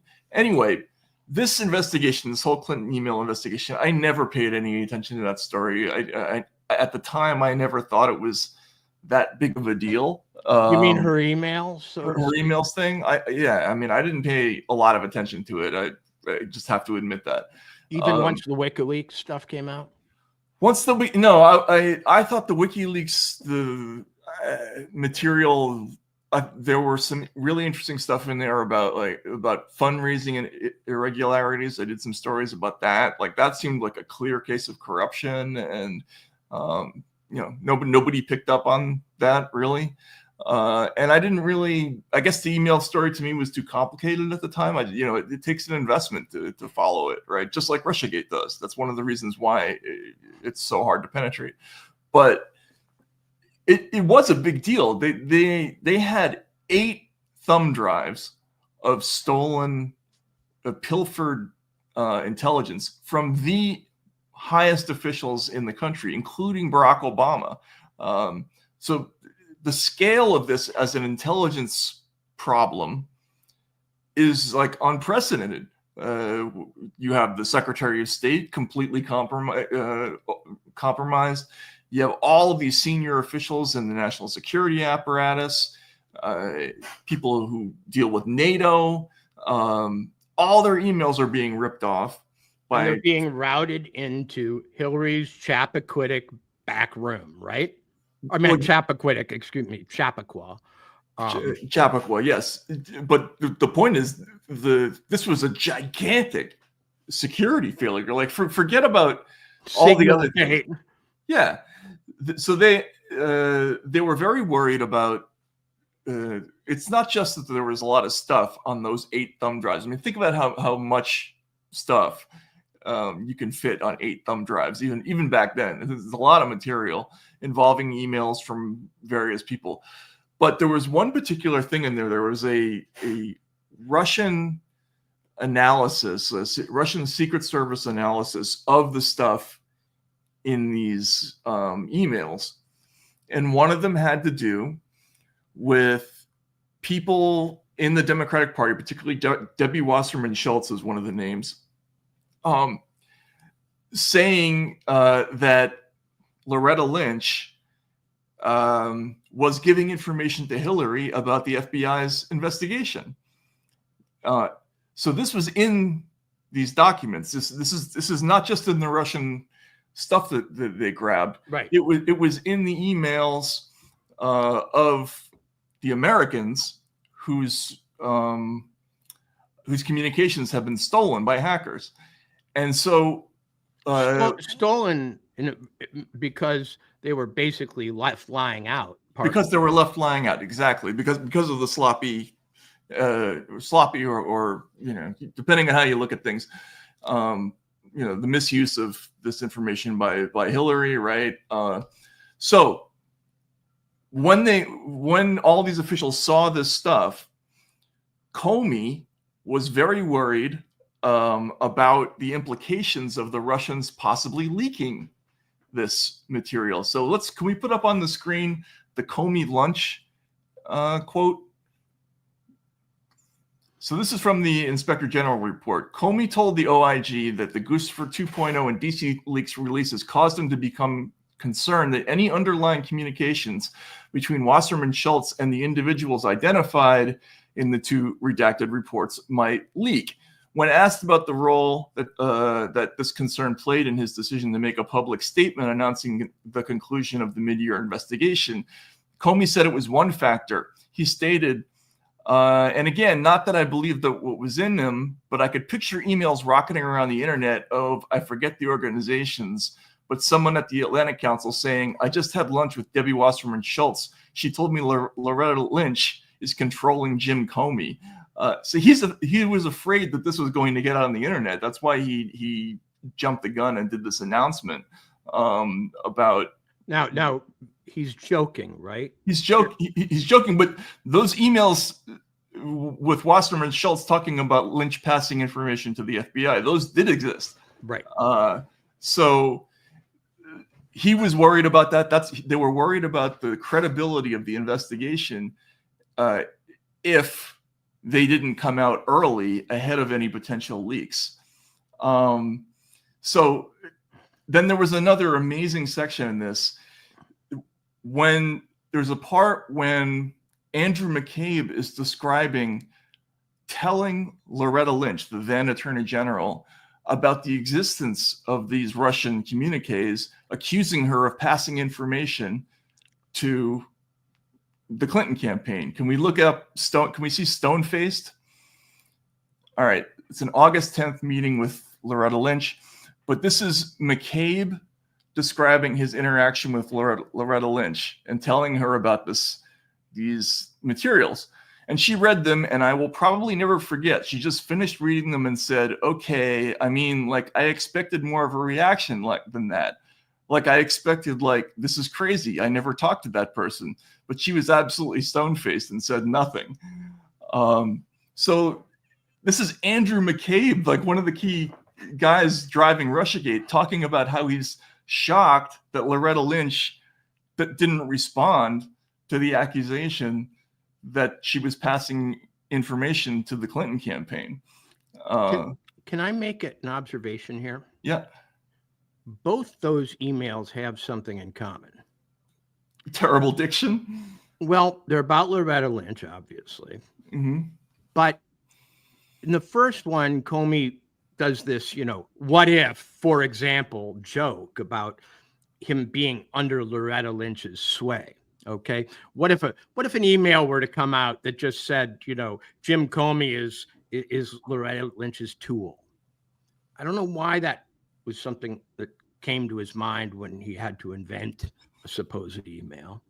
But then here we see another email which refers to Loretta Lynch as being a little startling in her lack of a defense, right? Right. Yeah. So there seems to be some queasiness about her on the part of the FBI. Totally. Some anxiety about who she is. I don't know about their relationship.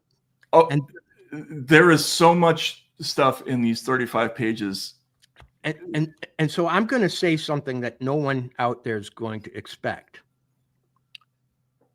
Jim Comey and McCabe, you said, can you believe it? This is McCabe. Right. Well, there was a point at which they almost seemed like they were relatively honest and straight. Yeah. There was a point at which, because I'm not here to rank on these people because I don't like Jim Comey or the FBI or the CIA. I'd like to think the best of all of them. But what's interesting is there was a time when they were trying to play it straight. Absolutely. When they were afraid of their reputation. In other words, what Jim Comey was afraid of on an email is much, much less than he is being accused of now. Absolutely. Absolutely. And you got right to the heart of the matter. Until I would say that first week in December of 2016, Comey, you can see in the documents, is sort of trying to play it straight a little bit. Like the public statements to the press, the early announcement about the emails. He was obviously signaling to both candidates that he had shit on them, which is what J. Edgar Hoover always did. Well, it's kind of what you are at the FBI. Yes. You are the repository of all the bad news about everybody. And I mean, it's too bad in some ways when you have a secret police or, a police force, but they are going to have stuff on all sides. That's if they're doing their job, right? They're going to have stuff on both parties. They might even have stuff on both candidates. Who knows? That's not their job to be selective about that. So they're always in a balancing act. They're always trying to maintaining their integrity means not tipping to one side or the other, keeping this whole game board in mind. It's a bad job in which I don't think anybody can be pure the way it's set up, okay? But they can be more pure than not. And sometimes now I think McCabe's and Comey's what appears to be their self-righteous protest about their own goodness is in a way explained by the fact that up to a point, they sort of had it.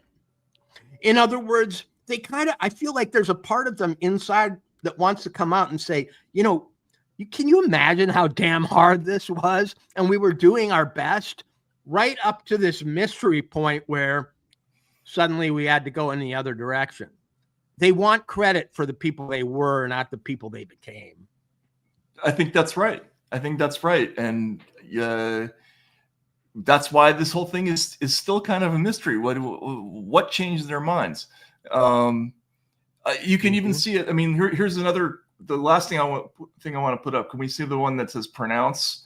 I think it's McCabe. Okay, this is another person who was at a meeting with McCabe,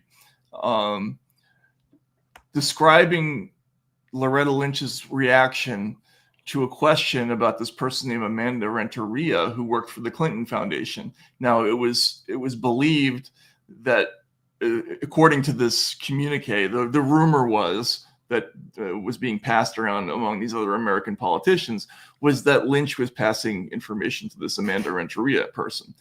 Yeah. But A.G. Lynch made a reference to Amanda Renteria. She kind of stumbled over the name and pronounced it differently than we had all been pronouncing it internally. And I think she did say, I don't even know who she is, or something to that effect, to make it clear to us. From her perspective, the idea of contact between the two of them was not, but it was not like a direct refutation by the Attorney General. It was sort of like, I don't even know who this person is. So these are like the progenitors of Russiagate. Who's Anderson again? It's like, I believe it's an aide to, I'll look at the document. Again, this is my first time reading through all this stuff, so I should probably be careful about it. But it was somebody who was at the meeting where they were briefing Lynch on all this stuff with McCabe, or they had to sit down. So you know what I've just learned from these last 3 emails? That in the upper echelons of the FBI at this point, it was rather safe to pass around expressions of exasperation with the Attorney General. Yeah. In other words, at this point, Loretta Lynch had kind of become a problem for them, at least, not necessarily legally, but in terms of her comportment. And in private emails, or emails they thought were private, it was okay to say, can you believe what Loretta did today? Or what if they say this about my relationship with Loretta, or whatever? So they were no longer enthralled with her. I'm seeing. Right. And you can see that they were investigating kind of like real investigators up to a point, but eventually they ended up not going through with this security investigation. I think the metaphor that one of the people who was involved with the congressional investigation on this described it to me. It was like you had a huge hole in the side of a ship's hull, and not only are you not fixing it, you're not looking at it to even do an assessment of how much water is coming into the ship. They had this gigantic intelligence failure, like all the way up to the president of the United States being right. And the FBI doesn't do a full investigation of it. They avoid it. They wrap it up and bury it at all costs. Because as I see it, they felt they had 2 kinds of exposure. Number one, they kind of didn't know what was in it, right? Right. So they in a way, an open-ended investigation might end up with them exposing crap on themselves. And all the people in these emails, or people talking about them. And remember, and one of the excuses that the people in the FBI and the Justice Department gave, they were talking about how they were concerned about privilege issues, involving people in the documents. They fucking stampeded over privilege with the Trump thing. Like when that came up in the Trump investigation, they unzipped and took a big leak on attorney-client privilege. There are so many ways around, and this was a much lower kind of like congressional privilege, things like that.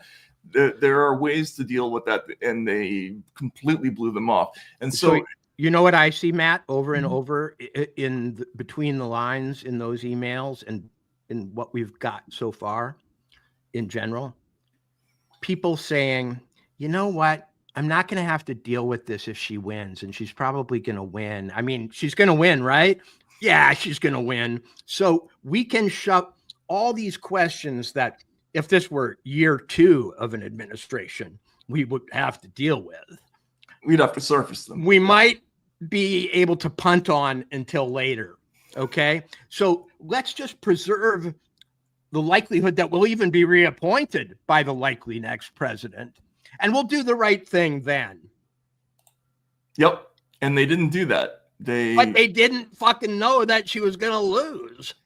Yeah, and that's what queered the whole thing. They became invested. They became invested in the fantasy of their own of their own escape route from all these contradictions. And if they got that, and they would even be able to tell themselves at this point, hey, we'll do the right thing, but if we don't have jobs, we won't be able to do anything. So so job 1 is making sure we still have jobs when she wins. Then we'll fuck her. Right. Yeah. She's gonna hold it over her head. Oops. Well, look, they made a point of kind of wrapping it up beforehand, but you're right. They acted but wrapping it up beforehand was their way of preserving their jobs. And then maybe, you know how things work in law enforcement.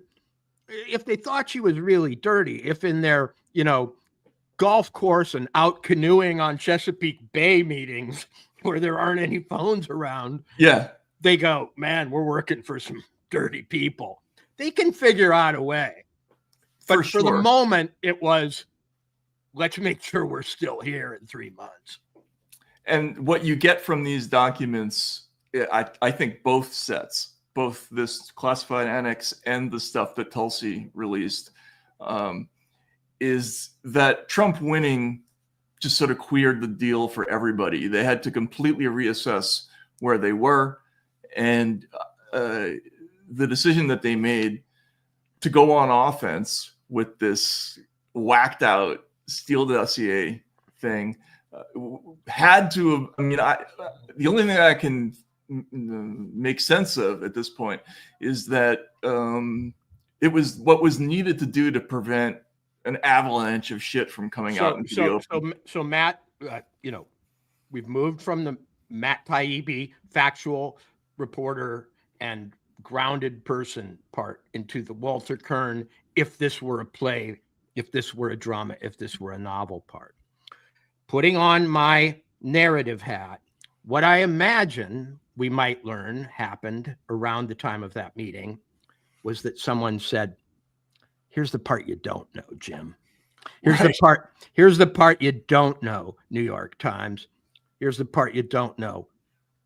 We have massive downside. Here's something that we did that you don't know about that could come out. And this will bring everybody down. You, your friends, your department, and your classmates from college. And if we don't immunize against this now, we could all go into the drink.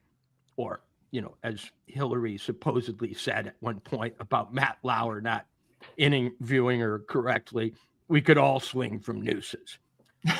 What I see is a sudden realization or a sudden revelation of downside that caused all these people to go from the press on over through the administration, we better fucking stick together because we're all implicated in something whose seriousness we didn't even quite realize before. It's exactly right. And I got to emphasize, over the last couple of days, my phone's been blowing up. I'm sure yours has too.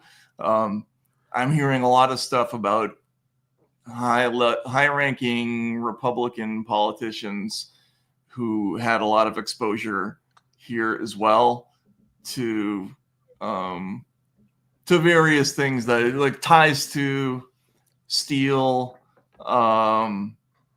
ties to FARA investigations, things like that. There was so much exposure with this case that there was a lot of incentive to bury this thing, and there's a lot of, and that accounts for a lot of the propaganda that's come out about Gabbard, I think, in the last couple of months. Nobody wants this thing to fucking come out. Nobody wants this. Exactly. It's like one of those, I don't know, I never actually read the Donna Tartt novel, but one of those books about a private school where they all killed they all killed one of their classmates in a satanic ritual and buried him. And then, and that suddenly they realize, whoa, there's a new headmaster. And he's got a document in his office that they can't get to. So we better team up again. But I don't think they all knew their downside until this meeting. In other words, the other possibility is that Obama or, someone at the top said, no, you're going to go back and you're all going to like potentially ruin your reputations and lie and retreat and reverse yourselves across the board. Just because I say so. Well, that order they didn't have to take. You know what I mean? But they all did. But they all did. And that suggests that there was some force majeure acting on them. That wasn't just, hey, I'm about to leave the presidency, but I'm telling you, you've got to do this. Well, you just sort of ignore them and, temporize and whatever. And then you go run to Donald Trump and say, look what they tried to make me do to you. Can I have a job? I didn't do it. That would be the normal way that this should have gone down. But I think that somebody pulled down a screen and said, listen, this is what's going to happen. This is what we're going to get caught at. This is what our downside is, in case you didn't realize. And they all went, time to turn into a crew team and start rowing. Absolutely. I think they put vice grips on the genitals of every single person in that room and said, it is time to suck it up and pay the piper. Nothing else makes sense. The sudden 180-degree swing. The CIA, remember, they had dismissed the Steele stuff as internet rumor before they threw all their weight behind it. The FBI publicly shat on it repeatedly. Not all the FBI, obviously. So there's some of the folks there obviously used it for the FISA application and everything, but they didn't back it publicly until this time. And then all the people who were at that meeting did. So what happened? We still don't know exactly. It's the black box. It's the Agatha Christie, moment behind closed doors. We saw them go into the room. We saw them come out of the room, but we don't know what happened in it. But let me add this. It was not just Trump they had committed themselves to bring down at this point, or to besmirch, or, destroy. It was also Putin. In other words, they were counting on America's ability to completely turn against this Vladimir Putin, who had not yet been thoroughly demonized. You know what I mean? Right. When this all started, Putin was still the guy who Barack Obama joked to Mitt Romney wasn't really our enemy. But you know what I mean? But he had been moved into villain position, but they had to move him into supervillain position after this. Like, they had to make him, because he would have had at any point possibly some ability to contradict this narrative. Maybe he even had documents Maybe he. Oh, they clearly had lots of documents. That's one of the things about this. Like, if I were Putin sitting there right at this point, I would go, "Oh my God! For their private reasons, they are handing me more and more leverage. What?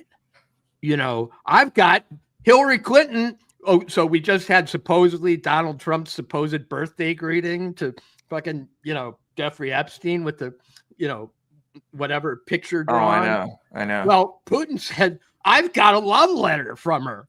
And it's from last year. No, the total irresponsibility of this is just hard to fathom, but it's just an incredible story. You're right. They committed to an extreme position vis-a-vis almost everyone. And it could only work. And it could only work if they, and I think they were quite confident at this point, could get rid of Trump in like the first of all, they would have to put a shadow and a cloud over him, which they did fairly quickly. But it would also have to be one that didn't lift. I don't think at this point they're expecting him to last.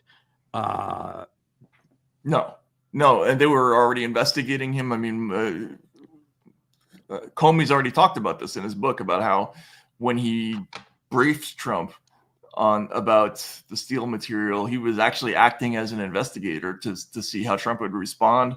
He memorialized what happened at that meeting. So his own FBI was investigating him when he came into office, and he didn't know about it. But there had to be a thought that this was going to end in some kind of investigation, but we just don't know all the details yet. But we do know that this is the moment when it happened. But we also do know that these people knew that they knew. Right. In other words, in any investigation, who knows the most at the first part? The perpetrators. They know what there is to be had in the investigation. They knew there was a presidential daily briefing draft or whatever. They knew what they had said. They knew about the meeting they had just been in. They already knew what there existed to be exposed, and they knew things that we have yet to see exposed. I'm quite certain, okay? Because I doubt it will all end today. The curtain on evidence won't drop today. So they all know their exposure. It's impossible to estimate what your adversary is going to do if you don't know their downside. They knew their downside, and they still know it in a way we don't. Yeah. And so if we're going to model and we're going to use game theory to predict their behavior, we have to realize we can't do it because we don't know what their exposure is. So they might be willing to do things far more extensive, desperate, reputation imperiling than we would imagine because they know what's in the basement and we don't. Yep. And, I think that's about the size of it. That's where we are right now. There's another thing in the new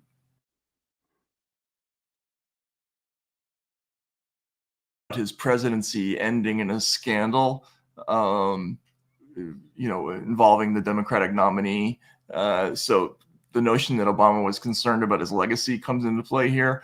There are a lot of rumors going around about emails to and from the Clinton campaign that might be coming out. One of our commenters mentioned that the meeting on December 9th, and what else is going to come out of that? Oh, that there was none of them are going to crack. That was one of the commenters' comments. Actually, that's not true. One of them already cracked. So one of them already has from Clapper's office. Can I address this in a kind of general way? Mm-hmm. It is my read of the mood and the chatter, as it were, among people who are privy to a lot of this stuff, that opportunities to crack are being looked for and actively sought. And that probes are being made of the sort that sound like, I can't really tell you what I know, but if I were to tell you what kind of thing might happen, that's good for me. Yeah. That's interesting. So you're hearing a lot of that. Well, I'm just getting a sense that this idea that there's going to be like an unbroken rank of, good soldiers, I don't think there's any reason to assume that. I think and I'll tell you why. Because I think a lot of people of honor, and integrity, who feel rolled over by this whole damn thing, who feel that they were doing their best up to a point at which they received orders that caused them to have to, I don't know, violate their own standards in ways that they were assured. Listen, I've already met one. I've already met one military source who felt that he or she was asked to do things that they weren't comfortable with, and can't believe the sense of relief in watching the news that this is coming out. Yeah, no, there are a lot of people who weren't fans of Donald Trump particularly, who were uncomfortable, and some of them are coming out of the woodwork now. Obviously, we're not going to get to talk about Scoop today, but it's better that we talk about it on Friday and wrap it up at the end of the week. And in closing, I do want to just bring up something that is from Scoop. The book is going to end basically with the main players discovering that they made a gigantic mistake and sent the wrong person to Africa, and that the ascension of the main character to becoming a star media figure was a total error and should never have happened. And but they realize in the end, in the book, that there's nothing to be done at that point. The lie is so big that the banquet must go on. That's one of the lines at the end. And this, it's like, we already sent out the invitations. How can we not get married now? Exactly. And that's what that is what this story is. This is the too big to fail lie. And why do we still care about it? I think this is the defining error, the big moment where the schism came apart in America. Like, you can tell who is where by how they feel about this story. If you're still a believer, you're over here. If you think it doesn't smell right, or you no longer believe in it anymore, you're on the other side. Like, I think that's the main dividing line in this country. And I think it's relevant because you and I may be hosting CBS Evening News soon. Right. Maybe the only ones left. That's right. But I will add this. I think it's very relevant because, to be honest with you, I think there is a political war coming. In other words, I think the exposure of this scandal and what it is that this scandal was meant to conceal, which I submit is something besides just that we overrode a briefing, is going to be underneath the surface an issue for at least the next year. I think there's all kinds of positioning. There's all kinds of leaking. First of all, the press now has got a major survival interest in this not looking too badly for them. I mean, really, this is an obliterating story for the press. It's an obliterating story. Exactly. Yeah, they can't cover it. There's no way to cover it without just shooting yourself in the face. So, well, and if they were to investigate it, they might find out what their own people did wrong. Yeah. In other words, so the reason we should care is because the climax resolution of this, which may be a little ways off, yeah, for sure, is already being battled for. The sentiments and the spin are already being, launched, and I think it will affect our politics going forward in a very acute way, and maybe be the key to a lot of things that don't look on the surface like they're about this. Just as I think the notion that this was coming probably played into the sudden emergence of the Epstein issue. Yeah, well, that's probably true. Yeah, it's probably true. People are going to say that, but it's all going to come down to what they can prove at this point, and yes, we'll see where that goes. But anyway, thanks everybody for listening in. Sorry we didn't get to do more book talk today, but we basically were talking about it the whole time. So, yeah. But anyway, thank you. Thanks, Walter, and we'll see you later this week.